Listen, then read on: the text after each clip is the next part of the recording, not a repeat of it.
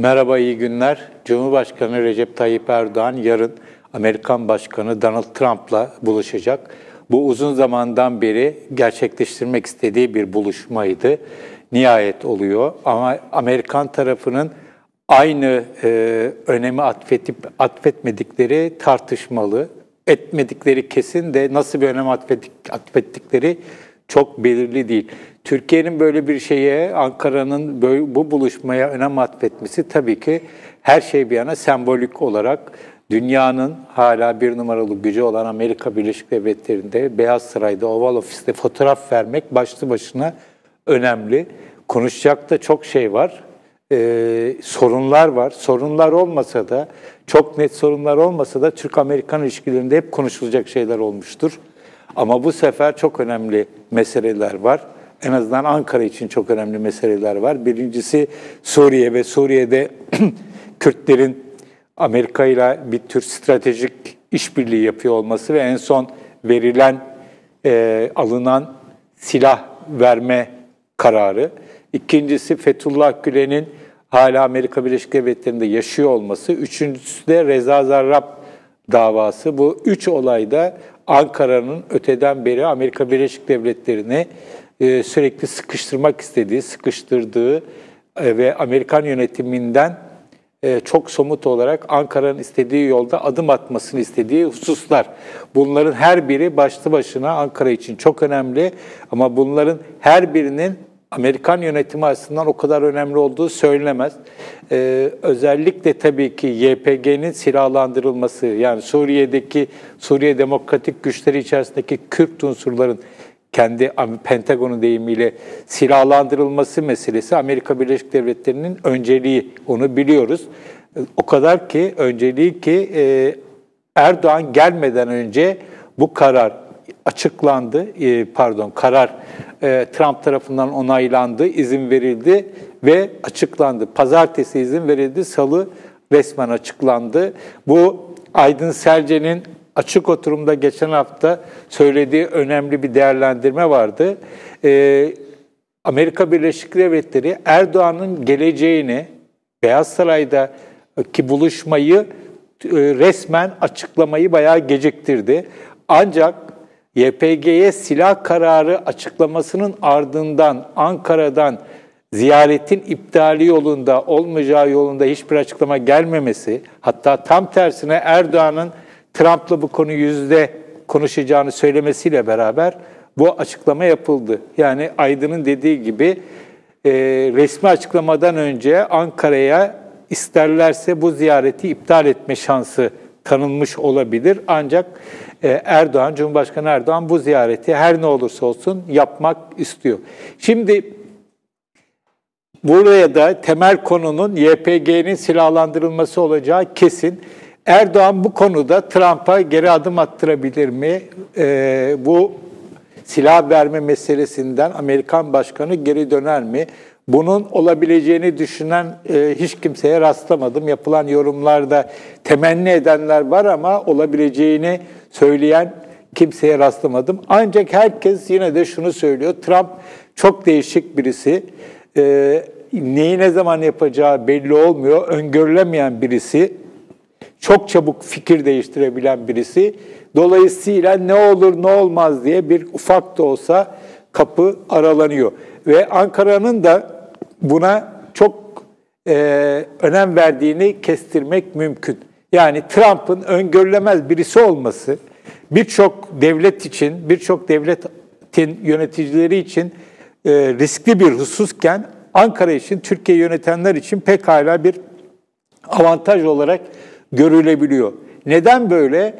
Bence bunun esas nedeni şu. Amerikan sistemi içerisinde öngörülebilir bir sistem var Amerika Birleşik Devletleri'nin. Çıkarları var, attığı adımlar var, politikaları var. Ve bunların içerisinde Türkiye çok fazla kendi çıkarlarını Amerikan sistemine dayatma şansına çok sahip değil. Yani Amerikan sistemi otomatik bir şekilde, hani hep söylenen başkan kim olursa olsun hiçbir şey değişmez, orada çarklar hep bir şekilde yürür önermesinin doğru olması halinde Ankara'nın çok fazla, Amerika nezdinde çok fazla bir şansı olma durumu yok. Ancak Trump gerçekten var olan sistemin dışında kendi kafasına göre sisteme rağmen bir takım şeyler yapabilirse işte o zaman bir al-ver ilişkisi belki Trump'la olabilir diye bir beklenti var. Bunun sınırlarını göreceğiz. Trump şu ana kadar Amerika'daki mevcut müesses nizamla ya da İngilizce deyimiyle establishment'la sık sık karşı karşıya geldi ama bunların büyük bir kısmında çok ciddi darbeler yedi. Özellikle İslam ülkelerinden gelecek olan ziyaretçilerin engellenmesi konusundaki adımları, kararnamesi yargı tarafından iptal edildi. Şu anda Amerika Birleşik Devletleri'nde içeride çok ciddi bir tartışma var. En son FBI direktörünü görevden almasıyla beraber, ki görevden almasının nedeninin kendisinin ve seçim kampanyası döneminde Rusya ile olan ilişkilerin FBI tarafından sorgulanıyor olunması var. Bundan dolayı Amerika'da çok ciddi bir meşruiyet tartışması yürüyor ve Trump'a karşı hem müesses nizam içerisinden hem de müesses nizamın bir şekilde parçası gibi görülebilecek yapılar, özellikle büyük medya tarafından Trump'a karşı çok ciddi bir mücadele yürütülüyor. Hatta bu mücadelenin onun görevden alınmasını hedeflediğini bile söyleyebiliriz. Şimdi böyle bir durumda içeride kendi sistemiyle belli sorunları olan bir Trump'ın Türkiye ile olan ilişkilerinde sistemin beklentilerinin dışında adım atması teorik olarak beklenebilir. Yani zaten bu mevcut sistem Trump'ın zaten hoşuna gitmiyor. Bunlardan kendini kurtarmak istiyor ve Türkiye'yi bu anlamda bir fırsat olarak görebilir diye düşünülebilir. Ama çok buna ihtimal vermiyorum. Sistemle olan kavgasını başka alanlarda, özellikle içeride vermeyi tercih edecektir ve Türkiye gibi bir dosyada ayrıca kendine fazladan sorun çıkartmak istemeyecektir. Şimdi filmi biraz başa saralım. Normalde Amerika Birleşik Devletleri'nde seçimi Hillary Clinton'ın kazanacağı bekleniyordu. Ve Türkiye'de bu konuda Hillary Clinton'ın Obama'nın çizgisini büyük ölçüde muhafaza edeceğini düşünerek ona göre yatırım yapmaya başlamıştı Ankara. Ama daha sonra Trump'ın adım adım güçleniyor olması, sürpriz yapabileceği ihtimalin ortaya çıkmasıyla beraber Ankara'nın pozisyonunda bir takım rötuşları gördük. Özellikle de Hillary Clinton'ın kampanyasına Fethullah Gülen cemaatinden bağışlar yapıldığı yolunda haberlerin çıkmasıyla beraber Hillary Clinton'la olan mesafenin daha da açılmaya başladığını gördük. Şunu unutmamak lazım, Donald Trump kampanyasını kendi imkanlarıyla yürüttü ve bağış kabul etmedi. Dolayısıyla Gülencilerin ona sızma ihtimali teorik olarak çok zayıftı. Ve daha sonra da dünya Trump'ın kazanmasıyla beraber özellikle demokrasiyle yönetilen ülkelerde bir endişe, kaygı ortaya çıkarken, bir hayal kırıklığı yaşanırken Türkiye bundan çok fazla rahatsız olmadı ve Trump seçeneğini Ankara hemen kabullendi. Hatta bundan daha da memnun oldu. Çünkü başta söylediğim gibi sistemin izin vermediği bir takım şeyleri Trump'la beraber yan yollardan ya da bir takım yeni yöntemlerle aşabilme ihtimalinin masada olduğu düşünüldü. Özellikle Fethullah Gülen'in iadesi meselesi orada biliyoruz ki sürekli olay yargıya atılıyor, yargı bağımsızlığı deniyor ve ülkeyi yönetenlerin hiçbir şey bu konuda yapamayacağı söyleniyor. Clinton olsaydı Türkiye'nin bunu söylemesinin imkanı bile kalmazdı. Bu konuda lobi yapmasının imkanı bile kalmazdı ama şunu görüyoruz. Trump geldiğinden beri Trump'la beraber Türkiye bu konuda çok yoğun bir faaliyet yürütüyor. Lobi faaliyeti yürütüyor. Hatta ilk ulusal güvenlik danışmanını Ankara resmen maaşa bağlamış ve bunun da daha seçilmeden önce Fethullah Gülen'i Hümeyni'ye benzeten ve bir terörist olarak tasvir eden bir yazıyı Washington'da bir gazetede yayınlattığını biliyoruz. Ve bu kişinin, Mike Flynn'in bir takım görüşmelerle Fethullah Gülen'in bir şekilde Türkiye'ye verilmesi konusunda adımlar atabileceği yolunda bir takım beklentiler yaratmış. Ama o kişi istifa etmek zorunda kaldı, biliyoruz. Bir başka önemli olay yine Türkiye'nin bu kadar kazanmış olduğu diyelim, parayla kazanmış olduğu Mike Flynn'in bir başka YPG ile ilgili olayda da çok önemli bir adım attığını bu son imza ile beraber gördük. O da şu: Obama yönetimi Donald Trump seçildikten sonra Donald Trump'ın ekibine şunu söylüyorlar. Bunlar artık eski diplomatlar, ülke yöneticileri tarafından, Obama yönetiminden isimler tarafından açıkça söylendi. Ulusal Güvenlik Danışmanı, Trump'ın Ulusal Güvenlik Danışmanı, Obama'nın Ulusal Güvenlik Danışmanı, Trump'ın danışmanı olacağı kesin olan Mike Flynn'e şunu söylüyor: İsterseniz YPG'ye silah meselesini biz gider ayak imzalayalım, siz de Türklerle böyle bir sorunla başlamayın. Yani günahı bizim üzerimizde kalsın, sizin üzerinizde kalmasın dendiği zaman Mike Flynn'in hayır siz imzalamayın, biz onu kendimiz değerlendireceğiz dediğini bugün öğreniyoruz.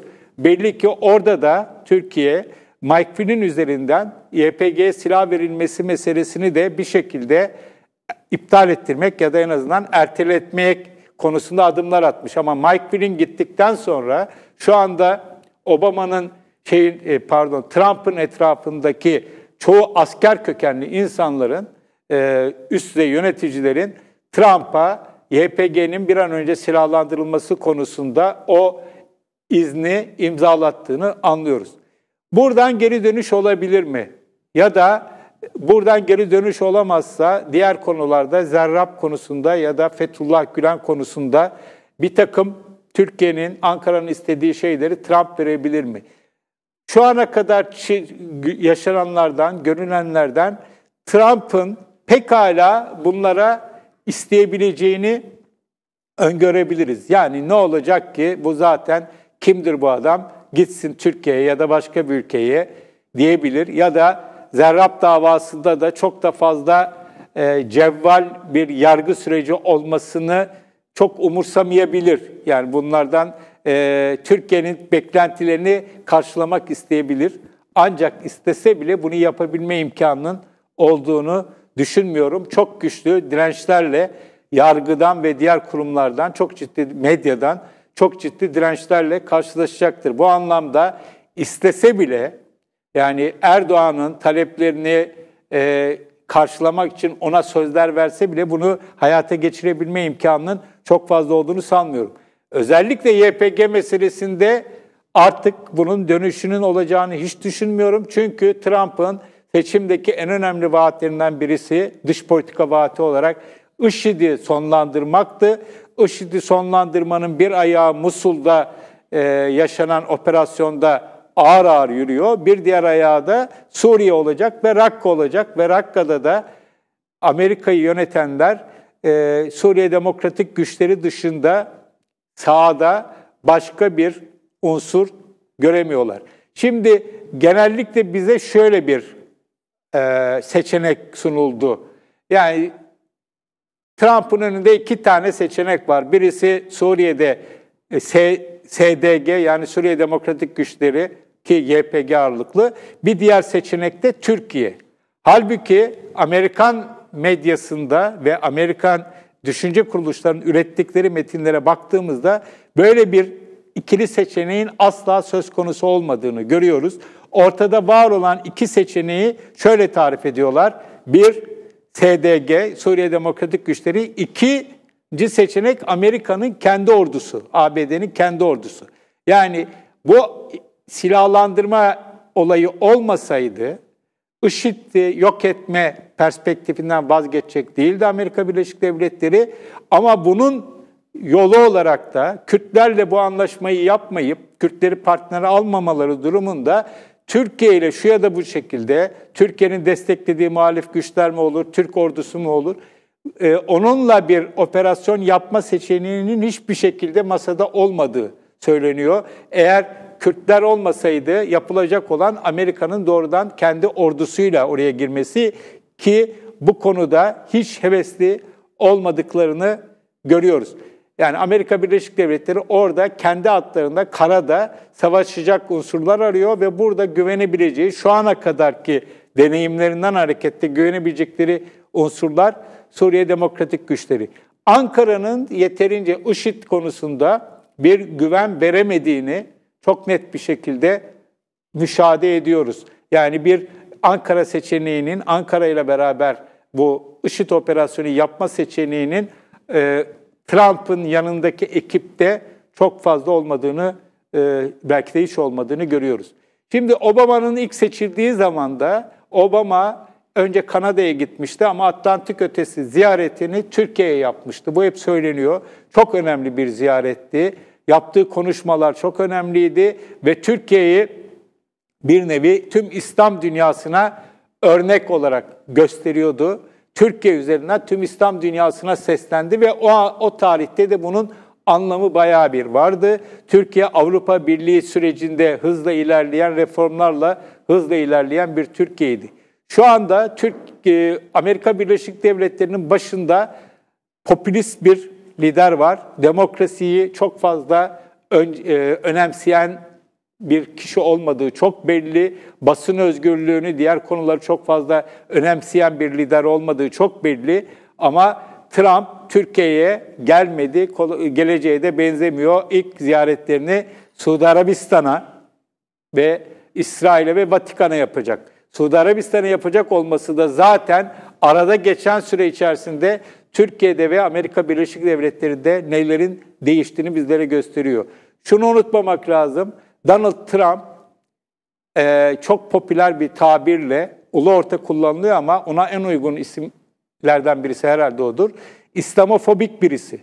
Yani ilk gelir gelmez yaptığı, ilk imzaladığı kararnamenin bazı Müslüman ülkelerden kişilerin ülkeye girişini engellemek olması da bunu gösteriyordu. Dolayısıyla böyle birisinin bunun kolay kolay İslam karşıtlığının, İslam'a karşı alerjisinin ve Müslümanlara karşı alerjisinin kolay kolay gideceğini açıkçası sanmıyorum. Dolayısıyla onun Tayyip Erdoğan gibi bir liderle zaten uyuşabilmesi normal olarak mümkün değil. Ancak bu karakter özellikleri ve işte var olan sistemleri aşabilme perspektifleri vesaire gibi nedenlerle anlaşma ihtimallerini yabana atmamak lazım. Ancak şunu özellikle vurgulamakta yarar var. Türkiye'nin bir şekilde Trump yönetimiyle, Trump'ın kendisiyle anlaşabilmesi çok da iyi bir şey değil. Konulardan bağımsız olarak söylüyorum. Yani bu Kürt meselesi ya da başka bir mesele, Fethullah Gülen ya da başka bir mesele, onlardan bağımsız olarak söylüyorum. Şu anda dünyada demokrasiyi, temel hak ve özgürlüklerini, Helsinki İnsan Hakları Evrensel Beyannamesini benimseyen, özümseyen insanların haz etmediği bir Amerika Birleşik Devletleri başkanıyla birisinin ülkemizi yönetenlerin arasının çok iyi olmasının çok da iyi bir şey olduğunu düşünmüyorum. Ama tabii ki dış politikada çıkarlardır esas olan diyerek bir takım şeyler, ahlak vesaire gibi şeylerin ötesinde değerlendirilecektir. O da olabilir. Ancak şunu da söyleyeyim, Trump'la kurulacak olan ilişkilerde az verip çok almak ya da eşit ölçüde alabilme gibi hesapların da çok fazla tutacağını çok fazla sanmıyorum. Bir son olarak da şunu söyleyeyim, Trump'ın da Amerika Birleşik Devletleri'nin ne kadar yönetebileceği zaten çok belli değil. Ama şu anda en önemli mesele YPG'ye silah verilmesi meselesi, ardından Fethullah Gülen meselesi ve Zarrab meselesi. Zarrab meselesi çok hakim olduğum bir konu değil ama Fethullah Gülen'e kolay kolay dokunacaklarını sanmıyorum. Bunun hem yargı boyutu var, yargı bağımsızlığı boyutu var ama bunun çok ciddi siyasi boyutları da var. Fethullah Gülen bunca yıllık faaliyetlerini, dünyanın dört bir tarafındaki faaliyetlerini, değişik dönemlerdeki Amerikan yönetimlerinden bağımsız, tam anlamıyla bağımsız, habersiz yapabilecek bir güçte birisi değildi. Dolayısıyla Fethullah Gülen'in Amerika Birleşik Devletleri'nin çok kolay feda edeceği bir koz, enstrüman olduğunu açıkçası sanmıyorum.